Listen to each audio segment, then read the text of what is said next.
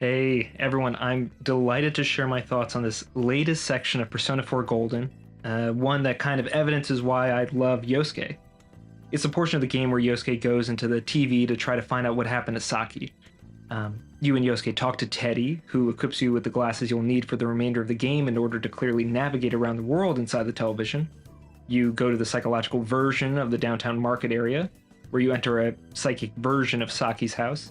Yosuke learns that Saki really was kind of annoyed by him and didn't really like him at all, and Yosuke then does battle with his own shadow, who's primarily characterized by a sense of deep contempt and resentment, a hatred for Inaba and all its people, and revels almost in a sort of villainy that's a counterpoint to the good guyness Yosuke strains to affect in his everyday life. Then, Yosuke kind of can't face up to his shadow, and you yourself have to defeat it. The shadow then gets adopted and reintegrated by Yosuke into his persona, which will now be able to wield in the future and ably fight alongside you. So there's a lot to unpack here. But I want to start with this moment where Yosuke is going to go into the television, with the rope tied around his waist. Let's take just a moment to reflect on what his state of mind might be. The girl he had a crush on, the one girl he thought might actually, in some blurry way, like him back just a little, because remember, he's struck out with Yukiko and doesn't seem to have any other prospects among the other girls. His relationship with Chie is more like a sibling relationship than anything else at the moment. The one girl who in some small way made Yosuke feel, even momentarily, not like a complete loser and nobody, that one girl has died. Seemingly apropos of nothing. She's just gone forever. Yosuke is determined to make some sense of this, to return to the world of the television to, if not set things right, at least uncover the truth behind this turbulent termination of an important, if one-sided, relationship. Without Saki, he must feel untethered, and tossed to the winds and waves of ungovernable, unpredictable experience. Which makes the rope make a bit of psychological sense. Ostensibly, he's handing it off to Chie so she can keep a literal grip on Yosuke as he goes in there and pull him back up if need be.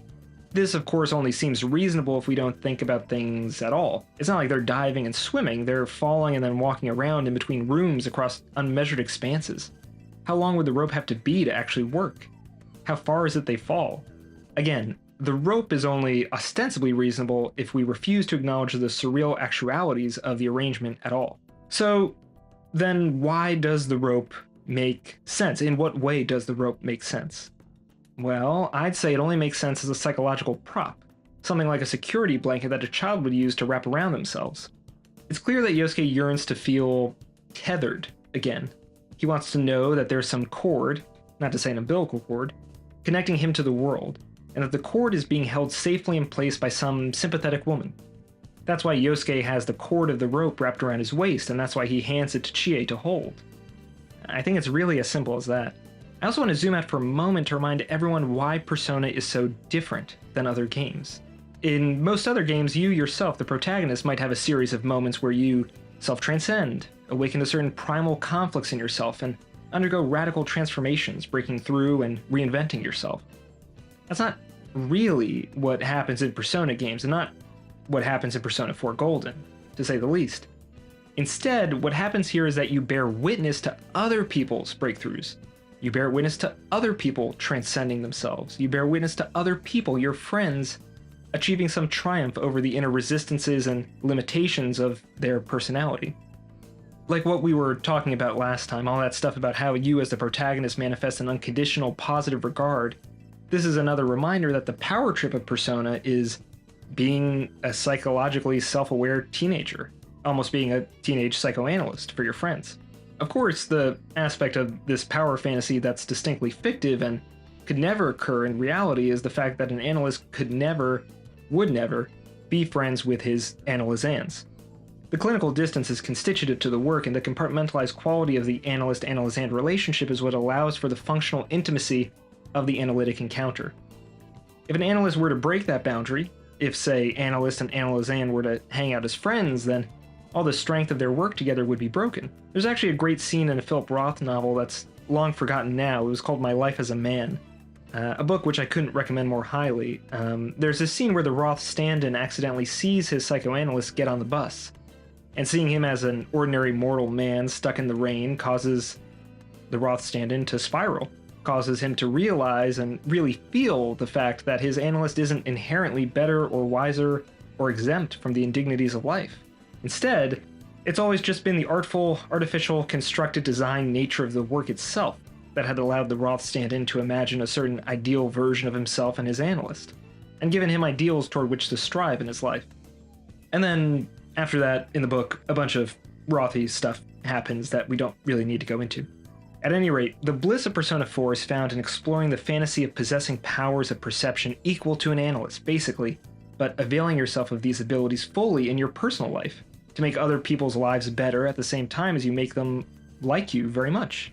There's no binary here, no ethical responsibility or clinical distance. You can simply let your pursuit of truth overwhelm the world and bring you happiness the way the ocean tide brings in shells, naturally.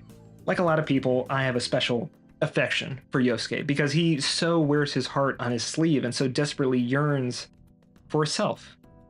You know, I'm glad that we're now in the section of the game where we're able to see his continued interactions with Teddy, who of course seems to have a contentious relationship with Yosuke. He blames him, lashes out at him, and Yosuke does the same to Teddy in turn.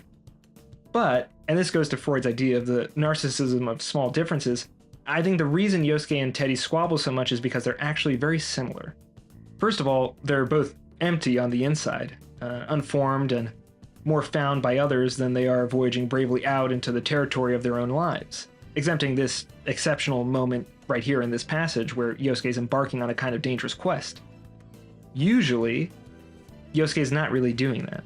Teddy and Yosuke are both boyish, given to certain uncontrolled expressions of emotion, desire, and fear. In essence, psychological incontinence or immaturity, and all that boisterous noise serves to cover up the unsettling silence at the core of themselves. They're scared, and in the absence of others to whom they have to react, whom they want to please, they're left to their own devices. Pretty hollow. Second, Teddy and Yosuke both regard you as a sort of guide, leader, or a big brother figure. I mean, later on in this passage, Teddy will explicitly call you sensei, and he starts to make it a habit in this section of hiding behind you for protection, and as we'll see, he'll advise you during fights, hoping to help you stay safe. Teddy and Yosuke both look up to you, and their looking up to you signals to me that they see something in you that's comparable to hollowness, but is in fact very different. They see clarity, purity of intention, which is also just focus. In other words, if they feel empty and hollow, unknown and cloudy to themselves, they see your stalworthiness as an indication of some sturdiness to which they could aspire. They see you as someone who clearly comprehends his surroundings and doesn't desperately alter himself to render himself palatable to others out of some craven need for security or safety. But instead, they see you as someone who maybe subtly adjusts himself in order to best help those around him. All to say, they both admire you as some ideal version of who they'd like to be. Anyway, all of that is a big part of why I love Yosuke. I love him because he's weak, unsure, empty, and desperate for something, some adventure, desperate to reaffirm the inkling or hope to which he clings, which is the following. The hope that he's necessary to the world, that everything here needs him in some small way, and that Yosuke can be heroic, at least in the context of a small town life he didn't choose and even to some extent really resents. I also want to linger here for a moment on the fact that Yosuke is perfectly voiced by Yuri Lowenthal, who's otherwise world famous for playing a host of other angsty guys, most notably Sasuke from Naruto, someone who also reached for the refuge of a cool affect because he was plagued by the terrors of inner emptiness and insufficiency. I really love his delivery style with Yosuke, from the unabashed self-seriousness bleeding into absurdity, befitting a boy metaphorically swimming in a big man's suit, to the anguished strain that can enter his voice when he's really pushed to the breaking point and becomes really the boy who feels he's outmatched by the world and despairs of having to face it alone. Teddy begs to join you guys as you go to investigate the place where Saki lost herself, and you let him come along. Having Teddy come along, by the way, is, I think, a sophisticated narrative move. It allows for Yosuke to move up in the ranks a bit, so to speak. In other words, there's now a new, clearly immature, clearly cowardly figure in the party, so that means that Yosuke might now be differentiated and claim for himself some mantle of heroism. In fact, it's not immediately clear that he won't rise to the occasion and win the day all by himself. Of course, that's not what's going to happen. What's going to happen instead is that you're going to be tasked with dispatching shadows. This is all very exciting for you, the player, the protagonist. You're finally engaging in actual combat gameplay, actually using your persona of Izanagi and embracing your ability to defend your friends and conquer the freaky enemies in the world of the televised unconscious. It feels great, and it's a real-life version of what had been the dress rehearsal of that strange dream you had right at the beginning of the game. But as you're doing all this and succeeding, let's spare a thought for Yosuke. Yosuke, who's standing by while all of this is happening, kind of scared out of his wits, but for sure, for our purposes, useless. I mean, basically, as you're diving into the mathematical aspect of the game to come, discerning weaknesses and how to press an advantage, how to apportion your allotments of skill points as you decide how to pace yourself in a turn-based context. As you're doing all that, Yosuke must feel overlooked, and even somewhat embarrassed to be so clearly the weaker of the two of you. Although he must have intuited this on some level, to have it so heartily apparent can only be dispiriting. In fact, when you leave this battle with the two balled-up tongues, crazy, enemy design, by the way, and receive the reward of experience points, etc., you'll see that Yosuke at first approaches you with admiration, and then when Teddy explicitly calls you sensei, all Yosuke's goodwill momentarily dissipates, and he articulates instead how irate he is that Teddy respects you more than he respects Yosuke. Yosuke tries to recover some shred of dignity by assuming a tactical leader sort of position, saying things like, "Alright, you two keep it up, and I think we'll be fine from here on out." It's like, okay, who made Yosuke the boss? You two keep it up? Teddy and you were the only ones actually doing anything. It's like Yosuke was even involved in a cursory way during the fight. He's trying to save face. Another example of his desperate need to maintain some illusion of positivity and control when really Yosuke must want to run away and hide from the world, from the incontrovertible fact of Saki's death. Probably wants to run and hide from the repeated confirmations of his own uselessness, especially compared to your proficiencies. Again, in all of this, Yosuke is wonderfully relatable, trying to fool himself into believing he's not the fool he's afraid people think he is. And then, in a minute or so, something doubly strange is about to occur. We're going to hear voices outside the liquor store. These voices are going to seem to be asides from the people in Saki's life, be they family members or friends of the family or just people around the neighborhood. They'll be gossiping, speculating on how terrible it is that Saki is working for the company that's seemingly putting her family out of business, how she must be bringing shame on her father, how Saki and her family are the object of that most socially acceptable cruelty, which is pity. This bitter chorus is a psychic reminder of what Saki must have heard or imagined herself hearing in her lowest state of mind. She's flagellating herself to think of all these indicting comments and thinking herself ostracized and therefore socially dead before she meets her actual fatal end. This is also a reminder that there are worse things than feeling hollow, as Yosuke does, and it's a reminder that Yosuke's believing himself hollow is actually, terrible as it is, it's actually a defense and a distraction against acknowledging something else, something much worse. Yosuke believes himself nothing, hollow, empty, trash. He believes himself to be all those things in order to distract himself and prevent himself from countenancing something worse, which is the idea that he's not hollow, but is bad. That he's not, after all, as weak as he seems, but is in fact malicious, livid, contemptuous, and full of just a blustery kind of, just a tornado of aggression that threatens to sweep away everything in his path. If you're empty trash, society will laugh at you and move on, ignore you. As W.H. Auden said, on earth indifference is the least we have to fear from man or beast. But if you're bad, or as in Saki's case, an active disappointment to others, if you do wrong by others, then society will do much worse than laugh at you. It will effectively sentence you to death. This might also be a good moment to remember that the only other woman who's died so far is the news broadcaster who also suffered the brunt of society's disapproval for having an affair with a married man. When you and Yosuke actually enter the liquor store, things start to get even more messed up. You'll hear the direct insults, challenges, and implorations of Saki's father, who can't understand why his daughter is betraying a generations-long family tradition of running the liquor store. He regards his daughter's modern desire to make a living somewhere else, which ultimately of course will help support the otherwise struggling family. He regards it as some offense or insult. He's operating under the tyranny of should and must, believing that Saki is turning her back on a responsibility that everyone else in the family has upheld. She's being selfish, difficult, and for lack of a better phrase, she's breaking the rules. This idea of society spurning you for breaking the rules or pursuing what it is you'd like to pursue because it doesn't fit into narrowly defined preordained categories is a core commitment of the entire Persona series, which seeks to condemn this sort of herd mentality and instead champion the uncategorizable individual and all their ungovernable, unknown desires and drives. Anyway, you hear these more personal, biting judgments of Saki, and then you hear Saki herself start to speak. At first, it seems to be the lachrymose what-ifs of a friendly, melancholy ghost girl.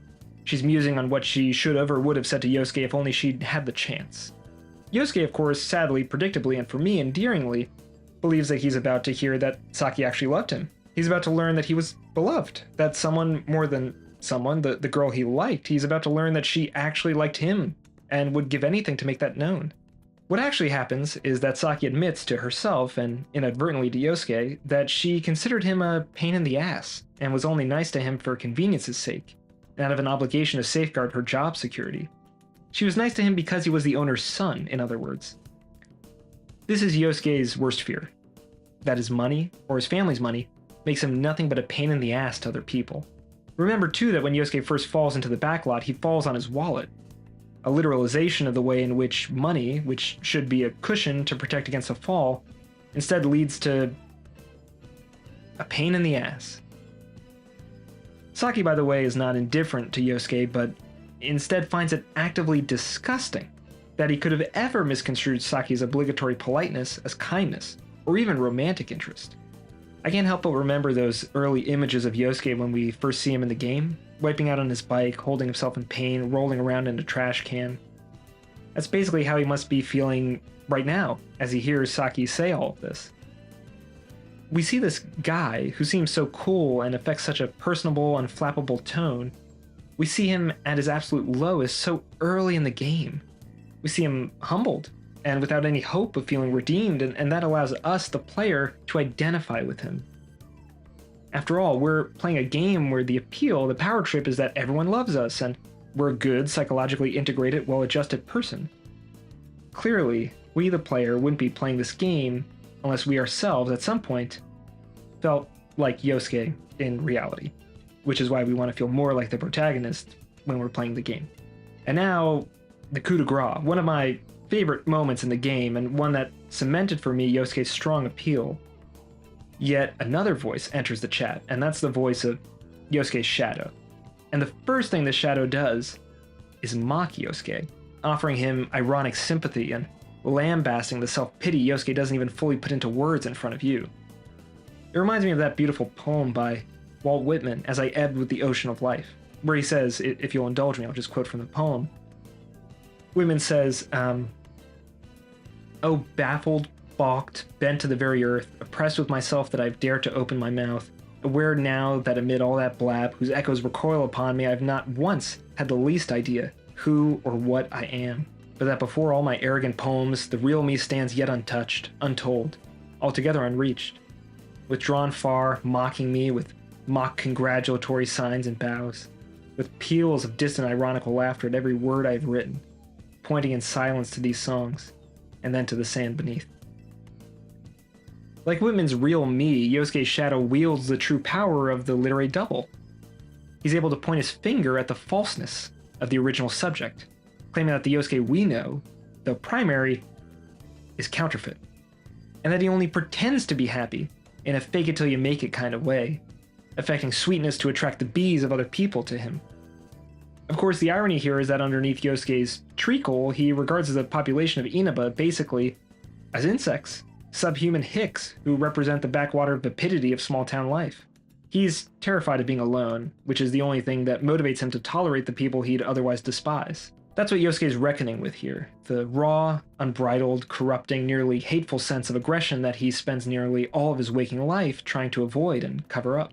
Yosuke's shadow even accuses Yosuke of using other people to, quote, block out isolation, and I can't help but think of Yosuke's headphones, apropos that idea of blocking things out.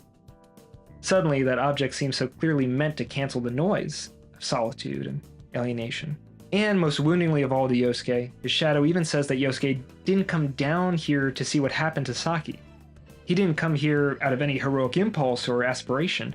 He came down here only on the off chance it might be entertaining. Even doing the most adventurous, dangerous, heroic thing he's ever done, Yosuke feels that it's fake. A hollow gesture, an empty pose, something he's doing just to pass the time. It's not necessarily that what Yosuke's shadow is saying here is untrue, it's just that it's incomplete. Yes, Yosuke did have selfish motivations for coming here, and yes, his conviviality is a defense against true aggression bordering on misanthropy. But that's just half the story. He has bad motivations, and he has good motivations, and they exist in tandem. When Yosuke rejects his shadow, he unknowingly buys into the shadow's premise of there being a binary state of feeling. Good things versus bad things, altruism versus selfishness, and only one can win. The only way to defeat the shadow is to accept it and thus refute its binary premise. Acknowledge that the shadow is correct about certain motivations and acknowledge that those motivations aren't the whole story. In other words, Yosuke's fatal mistake here is in telling his shadow, "Thou art not I, I'm not you, and you have nothing to do with me." When you reject your shadow, you give it a life of its own and turn it into a bit of a monster. Of course, it falls to you to defeat the monster Yosuke's shadow becomes. Yosuke is nowhere to be found on the battlefield once you're toe-to-toe with this boss. By the way, with your blessing, I'm gonna fast forward through that boss fight just because there's nothing that's too relevant there and the video's already getting a little long, so I wouldn't want to go on unnecessarily. Suffice it to say, you defeat Yosuke's shadow, gaining even more experience and probably reminding Yosuke again that you're the hero here, not him. Which, of course, is also what you as a player are probably reminded of. The hero of the game is the hero, not you, the player. You, the player, are still, like Yosuke, trapped in your own life, strung up in a web of contradictions and self-restraints. After the battle, Yosuke has a second chance to contend with this shadow version of himself. And with some encouragement from Teddy and yourself, Yosuke finds it possible to be brave and face up to all the parts of himself. Even those parts of him that make him feel ashamed of how he can't help but feel. In exchange for accepting the destructive, aggressive, uncouth aspects of himself, Yosuke is granted the power of a persona, Jiraiya, which in a Yuri Lowenthal coincidence is of course a key supporting character in Naruto. It's amazing that by accepting his weakness, Yosuke acquires the same strength you yourself possess, and becomes a persona user like yourself. By acknowledging how far behind he is from where it is he'd like to be, he's actually able to take the first step toward his true goal. Strength, maturity, and the same courage you yourself embody. That's another thing about Yosuke that makes me just think the world of him. He falls forward and becomes strong through being honest with himself about his vulnerabilities. Becomes brave by becoming one with his fears. Most importantly, he's able to accept that Saki really didn't like him, and he's able to survive that revelation. An earlier, unintegrated version of Yosuke would have fallen apart at the seams to learn that the girl he loved thought he was a pain in the ass. As a hollow man, he was utterly dependent on others' feelings about him to provide him with enough support and ballast to even stand up straight and survive the winds and storms of daily life. But now that he's accepting his shadow, what someone else thinks of him, even if that other person is Saki, it won't trouble him any further, or at least it won't be cause for an existential crisis. Like before, profound exhaustion greets us after spending enough time in this other realm, and Teddy leads you and Yosuke back to Junez. But before parting, two things happen. Yosuke resolves to return to try to figure out who has been tossing people into the televisions and basically ensuring their deaths. And Teddy makes you promise to find out what he is and where he comes from. Likely inspired by witnessing Yosuke's coming to terms with himself and your own significantly less effortful demonstration of self-knowledge and self-awareness, Teddy now wants to join in the fun. So you're tasked with uncovering the truth about the murderer and uncovering the truth about Teddy. Again, a nice moment of narrative balance. We're given a bloody, gruesome mystery to solve alongside a whimsical, distinctly video gamey mystery. You're going to return to the outside world, where you'll be greeted by Chie, who freaks out with worry and runs off. Yosuke's maturation continues when he acknowledges how a loved one has suffered with concern while he was off on an adventure. A minor note, this whole expedition of Yosuke's has been a hero's journey in miniature. He leaves Junez, essentially the kingdom of his father, has his rope tethered to the world cut off, adventures into darkness with a stronger, wiser guide beside him. That's you, the protagonist. He confronts a dark version of himself, loses, falls into despair, and then finds the courage to face himself in his shadow, therefore integrating all the various parts of himself into one and achieving a brilliant new power, his persona. Then he returns to where he began, in the same place but now a different man. Chie in this case is sort of Yosuke's Penelope, so to speak. At any rate, before finally departing for home and bed and tomorrow, which will be the first day of the rest of Yosuke's life as his real, full, total self, before finally parting ways, Yosuke says that he's going to sleep well tonight. That's what he says. He says, I'm going to sleep well tonight. This isn't just an allusion to how exhausting he must be after traversing that other world, but instead, I think it's an admission that he's dispensed with what otherwise might have kept him up, what otherwise might have made him sleep poorly.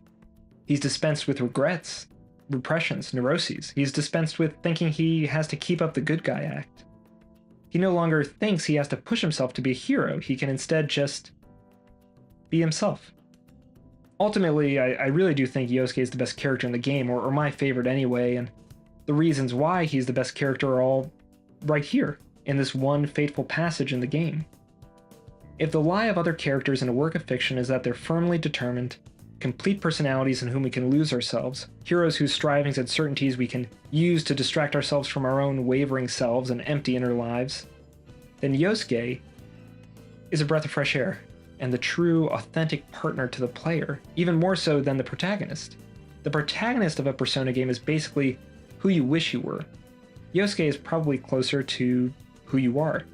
Yosuke, exploring alongside you, is basically presented with an ideal version of himself, with whom he can identify, contend, and grow.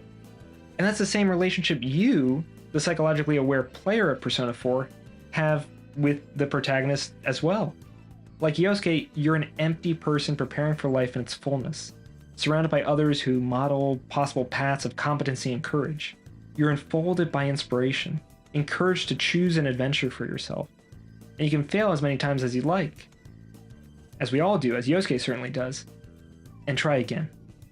Yosuke's arc so neatly fits the arc of a player trying to become themselves through investigating games and art, trying to accept and integrate the darkest parts of themselves. He's the real player surrogate, and to me, Yosuke is the most endearing, winning character in the game. Anyway, thanks for checking this video out. I'll see you guys in the next episode of Psychoanalyzing Persona 4 Golden. Thanks again for watching. Okay, bye. Okay, go, go, go!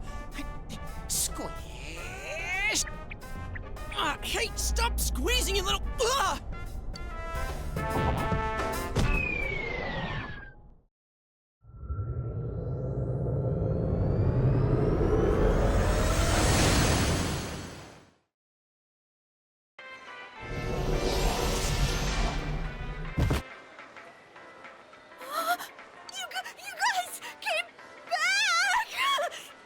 Huh?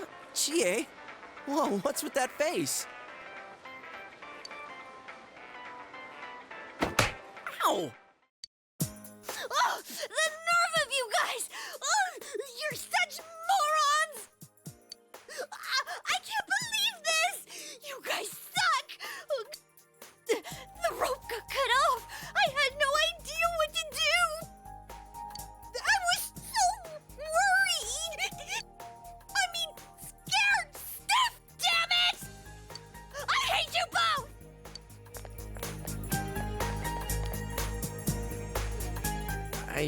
I think that might have kinda sorta been our fault. Maybe we did go a little too far. Let's apologize to her tomorrow. I'm completely wiped out. I'm gonna go home, soak in the shower for a while, and get some sleep. I think I'm gonna sleep well tonight. Well, see you in the morning.